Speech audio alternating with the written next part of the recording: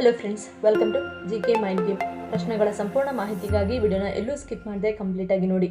ಇವತ್ತಿನ ಪ್ರಶ್ನೆಗಳಲ್ಲಿ ಮೊದಲನೇ ಪ್ರಶ್ನೆ, ಶುಗರ್ ಇರುವವರು ಪ್ರತಿದಿನ ಯಾವುದನ್ನು ತಿನ್ನುವುದರಿಂದ ಹೃದಯದ ಆರೋಗ್ಯವನ್ನು ಸುಧಾರಿಸುತ್ತದೆ? ಆಪ್ಷನ್ಸ್: ಎ ಏಲಕ್ಕಿ, ಬಿ ಕುಂಬಳಕಾಯಿ ಬೀಜ, ಸಿ ಖರ್ಜೂರ, ಡಿ ಬಾದಾಮಿ.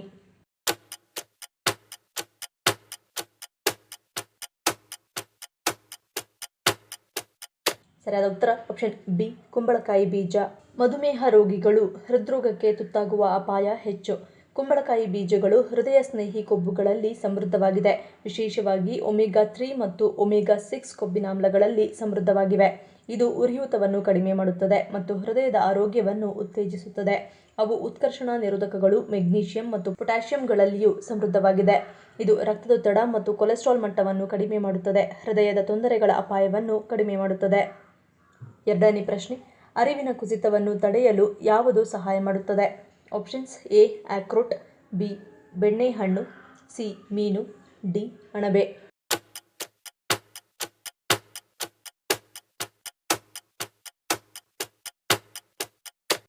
ಸರಿಯಾದ ಉತ್ತರ ಆಪ್ಷನ್ ಬಿ ಬೆಣ್ಣೆಹಣ್ಣು. ಅವಕಾಡೋ ನಮ್ಮ ಮೆದುಳಿಗೆ ತುಂಬಾ ಪ್ರಯೋಜನಕಾರಿ. ಇದರಲ್ಲಿ ಒಮೆಗಾ 3 ಕೊಬ್ಬಿನಾಮ್ಲಗಳು ಮತ್ತು ವಿಟಮಿನ್ ಇ ಇರುತ್ತದೆ. ಇವು ಮೆದುಳಿನ ಆರೋಗ್ಯವನ್ನು ಉತ್ತೇಜಿಸುತ್ತವೆ, ಸ್ಮರಣೆಯನ್ನು ಸುಧಾರಿಸುತ್ತವೆ ಮತ್ತು ಅರಿವಿನ ಕುಸಿತವನ್ನು ತಡೆಯಲು ಸಹಾಯ ಮಾಡುತ್ತವೆ. ಅವಕಾಡೋ ಕೂಡ ಜೀರ್ಣಕ್ರಿಯೆಯನ್ನು ಸುಧಾರಿಸುತ್ತದೆ. ಇದರಲ್ಲಿ ಹೆಚ್ಚಿನ ಪ್ರಮಾಣದ ಫೈಬರ್ ಇದ್ದು, ಇದು ಮಲಬದ್ಧತೆಯನ್ನು ತಡೆಯುತ್ತದೆ ಮತ್ತು ಕರುಳಿನಲ್ಲಿ ಆರೋಗ್ಯಕರ ಬ್ಯಾಕ್ಟೀರಿಯಾದ ಬೆಳವಣಿಗೆಯನ್ನು ಉತ್ತೇಜಿಸುತ್ತದೆ. ಮೂರನೇ ಪ್ರಶ್ನೆ, ಸ್ನಾನ ಮಾಡುವಾಗ ಮೂತ್ರ ಮಾಡಬೇಕೆಂದು ಅನಿಸಲು ಕಾರಣವೇನು? ಆಪ್ಷನ್ಸ್: ಎ ನರಮಂಡಲ, ಬಿ ನೀರಿನ ತಾಪಮಾನ, ಸಿ ದೇಹದ ಉಷ್ಣತೆ, ಡಿ ಮೇಲಿನ ಎಲ್ಲವೂ.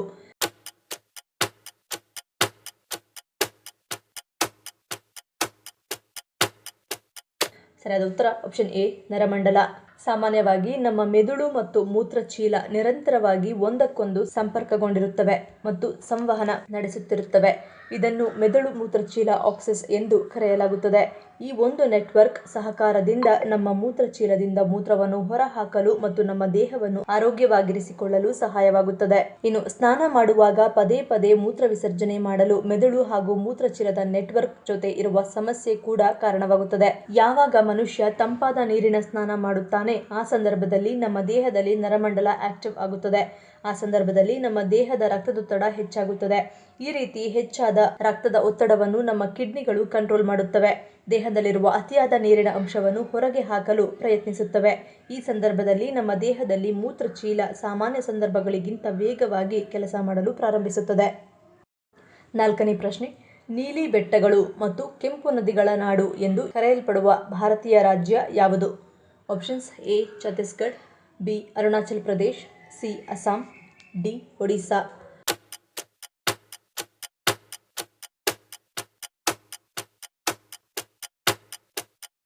ಸರಿಯಾದ ಉತ್ತರ ಆಪ್ಷನ್ ಸಿ ಅಸ್ಸಾಂ. ಭಾರೀ ಮಳೆಯ ನಂತರ ಅಥವಾ ಸೂರ್ಯಾಸ್ತದ ಸಮಯದಲ್ಲಿ ಕೆಂಪು ಬಣ್ಣದಿಂದ ಕೂಡಿರುವುದರಿಂದ ಬ್ರಹ್ಮಪುತ್ರ ನದಿಯನ್ನು ರೆಡ್ ರಿವರ್ ಎಂದು ಕರೆಯಲಾಗುತ್ತದೆ. ಈ ನದಿಯು ಅಸ್ಸಾಂನ ಜೀವನದ ಪ್ರಮುಖ ಭಾಗವಾಗಿದೆ. ಇನ್ನು ಅಸ್ಸಾಂನ ಬೆಟ್ಟಗಳನ್ನು ದೂರದಿಂದ ನೋಡಿದಾಗ ನೀಲಿ ಬಣ್ಣದಲ್ಲಿ ಕಾಣುತ್ತವೆ. ವಾತಾವರಣದಲ್ಲಿ ಬೆಳಕಿನ ಚದುರುವಿಕೆಯಿಂದ ಈ ಪರಿಣಾಮ ಉಂಟಾಗುತ್ತದೆ. ಇದರಿಂದಾಗಿ ಬೆಟ್ಟಗಳು ನೀಲಿ ಮೋಡದಲ್ಲಿ ಆವೃತವಾಗಿರುವಂತೆ ಕಾಣುತ್ತವೆ. ರಾಜ್ಯವು ಪಟಕೈ ಮತ್ತು ನಾಗಾ ಬೆಟ್ಟ ಶ್ರೇಣಿಗಳು ಸೇರಿದಂತೆ ವಿವಿಧ ಬೆಟ್ಟ ಶ್ರೇಣಿಗಳಿಂದ ಆವೃತವಾಗಿದೆ ಮತ್ತು ಇದು ಪೂರ್ವ ಹಿಮಾಲಯದ ತಪ್ಪಲಿನಲ್ಲಿದೆ. ಐದನೇ ಪ್ರಶ್ನೆ, ಯಾವ ತರಕಾರಿ ಕ್ಯಾನ್ಸರ್ನ ಅಪಾಯವನ್ನು ತಡೆಯಲು ಉತ್ತಮವಾಗಿದೆ? ಆಪ್ಷನ್ಸ್: ಎ ಬ್ರೋಕೊಲಿ, ಬಿ ಎಲೆಕೋಸು, ಸಿ ಹೂಕೋಸು, ಡಿ ಮೇಲಿನ ಎಲ್ಲವೂ.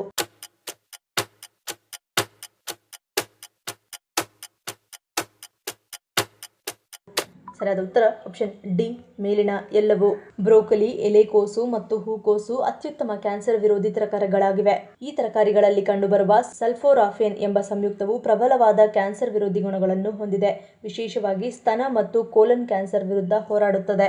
ಯಾರಿಗೆ ಹೊಟ್ಟೆ ಉಬ್ಬರ ಅಥವಾ IBS ಸಮಸ್ಯೆ ಇರುತ್ತದೆಯೋ ಅವರು ಈ ಆಹಾರಗಳನ್ನು ಜೀರ್ಣಿಸಿಕೊಳ್ಳಲು ಕಷ್ಟವಾಗಬಹುದು. ಈ ತರಕಾರಿಗಳನ್ನು ತಿನ್ನಬೇಕು ಎಂದಲ್ಲಿ ಅವುಗಳನ್ನು ಸರಿಯಾಗಿ ಬೇಯಿಸುವ ಮೂಲಕ ತಿನ್ನಬಹುದು ಮತ್ತು ಮಿತವಾಗಿ ತಿನ್ನಬೇಕು.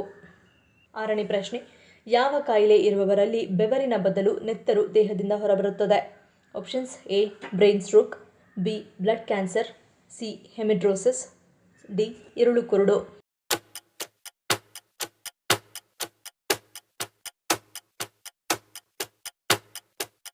ಸರಿಯಾದ ಉತ್ತರ ಆಪ್ಷನ್ ಸಿ ಹೆಮೆಡ್ರೋಸಿಸ್. ಹೆಮಟೋಹೈಡ್ರೋಸಿಸ್ ಎನ್ನುವುದು ಬೆವರು ರಂಧ್ರಗಳಿಂದ ರಕ್ತ ಹೊರಬರುವ ಅಪರೂಪದ ಸ್ಥಿತಿಯಾಗಿದೆ. ಇದನ್ನು ಹೆಮಟೋಹೈಡ್ರೋಸಿಸ್ ಅಥವಾ ರಕ್ತ ಬೆವರುವುದು ಎಂದು ಕರೆಯಲಾಗುತ್ತದೆ. ತೀವ್ರ ಒತ್ತಡ ಅಥವಾ ಭಯದಿಂದ ಪ್ರಚೋದಿಸಲ್ಪಟ್ಟಿದೆ ಎಂದು ಭಾವಿಸಲಾದ ಶಾರೀರಿಕ ವಿದ್ಯಮಾನ. ಇದರಿಂದಾಗಿ ಕ್ಯಾಪಿಲರಿಗಳು ಒಡೆದು ರಕ್ತವನ್ನು ಬೆವರು ಗ್ರಂಥಿಗಳಿಗೆ ಬಿಡುಗಡೆ ಮಾಡುತ್ತವೆ. ಹೆಮಟೋಹೈಡ್ರೋಸಿಸ್ ಕೆಲವೊಮ್ಮೆ ಹೆಮಿಡ್ರೋಸಿಸ್ ಎಂದು ಕರೆಯುತ್ತಾರೆ. ಇದು ಬಹಳ ಅಪರೂಪದ ಸ್ಥಿತಿ. ಇದರಲ್ಲಿ ಚರ್ಮದಿಂದ ರಕ್ತ ಮತ್ತು ಬೆವರು ಎರಡೂ ಹೊರಬರುವುದು ಕಂಡುಬರುತ್ತದೆ. 7ನೇ ಪ್ರಶ್ನೆ, ಊಟದ ನಂತರ ಒಂದು ವೀಳ್ಯದೆಲೆಯನ್ನು ಜಗಿಯುವುದರಿಂದಾಗುವ ಪ್ರಯೋಜನವೇನು? ಆಪ್ಷನ್ಸ್ ಎ ಮನಸ್ಥಿತಿ ಸುಧಾರಣೆ, ಬಿ ಎದೆ ಉರಿ ತಡೆ, ಸಿ ಸಕ್ಕರೆ ನಿಯಂತ್ರಣ, ಡಿ ಮೇಲಿನ ಎಲ್ಲವೂ.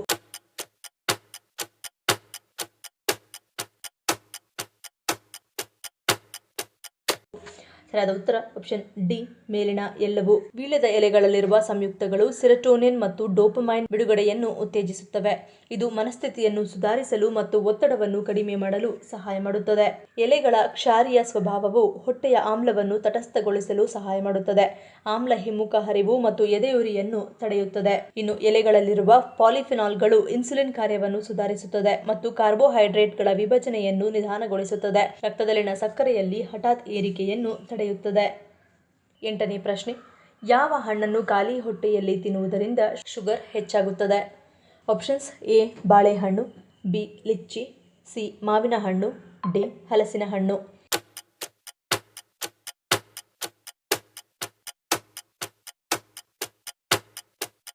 ಸರಿಯಾದ ಉತ್ತರ ಆಪ್ಷನ್ ಬಿ ಲಿಚ್ಚಿ.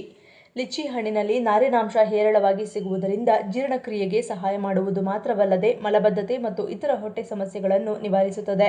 ಆದರೆ ಯಾವುದೇ ಕಾರಣಕ್ಕೂ ಲಿಚ್ಚಿ ಹಣ್ಣನ್ನು ಖಾಲಿ ಹೊಟ್ಟೆಯಲ್ಲಿ ಸೇವನೆ ಮಾಡಬಾರದು. ಇದಕ್ಕೆ ಪ್ರಮುಖ ಕಾರಣ ಈ ಹಣ್ಣಿನಲ್ಲಿ ಕಂಡುಬರುವ ಸಿಹಿ ಅಂಶವು ದೇಹದ ರಕ್ತದಲ್ಲಿನ ಸಕ್ಕರೆ ಮಟ್ಟವನ್ನು ಅಧಿಕವಾಗಿ ಏರುಪೇರು ಮಾಡುವುದು ಮಾತ್ರವಲ್ಲದೆ ಗ್ಯಾಸ್ಟ್ರಿಕ್ ಸಮಸ್ಯೆ, ಹೊಟ್ಟೆ ನೋವು ಕೂಡ ಕಾಣಿಸಿಕೊಳ್ಳುವ ಸಾಧ್ಯತೆ ಇರುತ್ತದೆ. ವಿಶೇಷವಾಗಿ ಗರ್ಭಿಣಿ ಮಹಿಳೆಯರು ಮತ್ತು ಮಕ್ಕಳು ಈ ವಿಷಯದಲ್ಲಿ ಜಾಗೃತೆ ವಹಿಸಬೇಕು. 9ನೇ ಪ್ರಶ್ನೆ, ನರದೃಷ್ಟಿ ಅಥವಾ ಕಣ್ಣು ದೃಷ್ಟಿ ನಿಮ್ಮ ಮೇಲೆ ಬಿದ್ದಿದ್ದರೆ ಯಾವ ಸೂಚನೆಗಳು ಸಿಗುತ್ತವೆ? ಆಪ್ಷನ್ಸ್ ಎ ಹಣಕಾಸಿನ ಸಮಸ್ಯೆ, ಬಿ ಅನಾರೋಗ್ಯ, ಸಿ ಜಗಳ, ಡಿ ಮೇಲಿನ ಎಲ್ಲವೂ.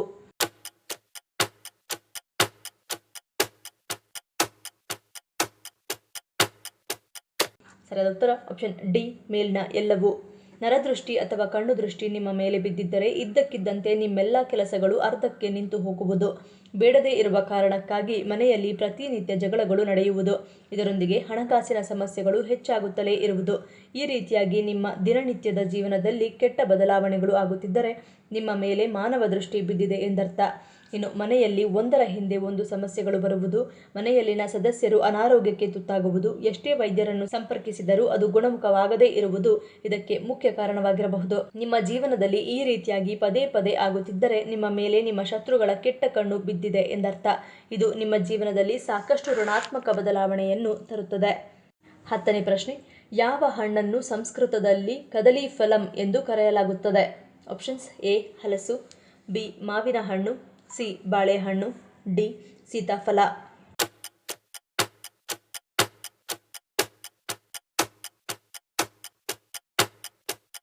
ಸರಿಯಾದ ಉತ್ತರ ಆಪ್ಷನ್ ಸಿ ಬಾಳೆಹಣ್ಣು. ಬಾಳೆಹಣ್ಣುಗಳು ಆರಂಭದಲ್ಲಿ ಭಾರತ ಮತ್ತು ಆಗ್ನೇಯ ಏಷ್ಯಾದಲ್ಲಿ ವಿಶೇಷವಾಗಿ ಪಶ್ಚಿಮ ಘಟ್ಟಗಳ ಫಲವತ್ತಾದ ಸ್ಥಳಗಳಲ್ಲಿ ಸಮೃದ್ಧವಾಗಿ ಬೆಳೆಯುತ್ತಿದ್ದವು.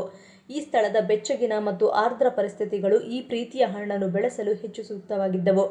ಬಾಳೆಹಣ್ಣುಗಳು ಈಗ ಪ್ರಪಂಚದ ಎಲ್ಲಾ ಮೂಲೆಗಳಿಗೆ ಹರಡಿದ್ದರೂ ಅವು ಭಾರತದಲ್ಲಿ ತಮ್ಮ ಪ್ರಯಾಣವನ್ನು ಪ್ರಾರಂಭಿಸಿದವು. ಇಲ್ಲಿ ಬಾಳೆಹಣ್ಣನ್ನು ಮೊದಲಿಗೆ ಕದಲಿ ಫಲಂ ಎಂದು ಸಂಸ್ಕೃತದಲ್ಲಿ ಕರೆಯಲಾಗುತ್ತಿತ್ತು ಮತ್ತು ಅದರ ಆರೋಗ್ಯಕರ ಗುಣಗಳು ಮತ್ತು ಬಹುಮುಖತೆಗೆ ಇದು ಅತ್ಯಂತ ಅಪೇಕ್ಷಣೀಯ ಹಣ್ಣು. ಈ ಪ್ರಶ್ನೆಗಳಲ್ಲಿ ನೀವು ಎಷ್ಟು ಪ್ರಶ್ನೆಗಳಿಗೆ ಸರಿ ಉತ್ತರವನ್ನು ಕೊಟ್ಟರೆ ಅನ್ನೋದನ್ನು ಕಮೆಂಟ್ ಮಾಡಿ ತಿಳಿಸಿ. ಈ ವಿಡಿಯೋ ನಿಮ್ಗೆ ಇಷ್ಟ ಆಗಿದ್ರೆ ಮರಿದೇ ಲೈಕ್ ಮಾಡಿ, ಶೇರ್ ಮಾಡಿ, ಸಬ್ಸ್ಕ್ರೈಬ್ ಮಾಡಿ.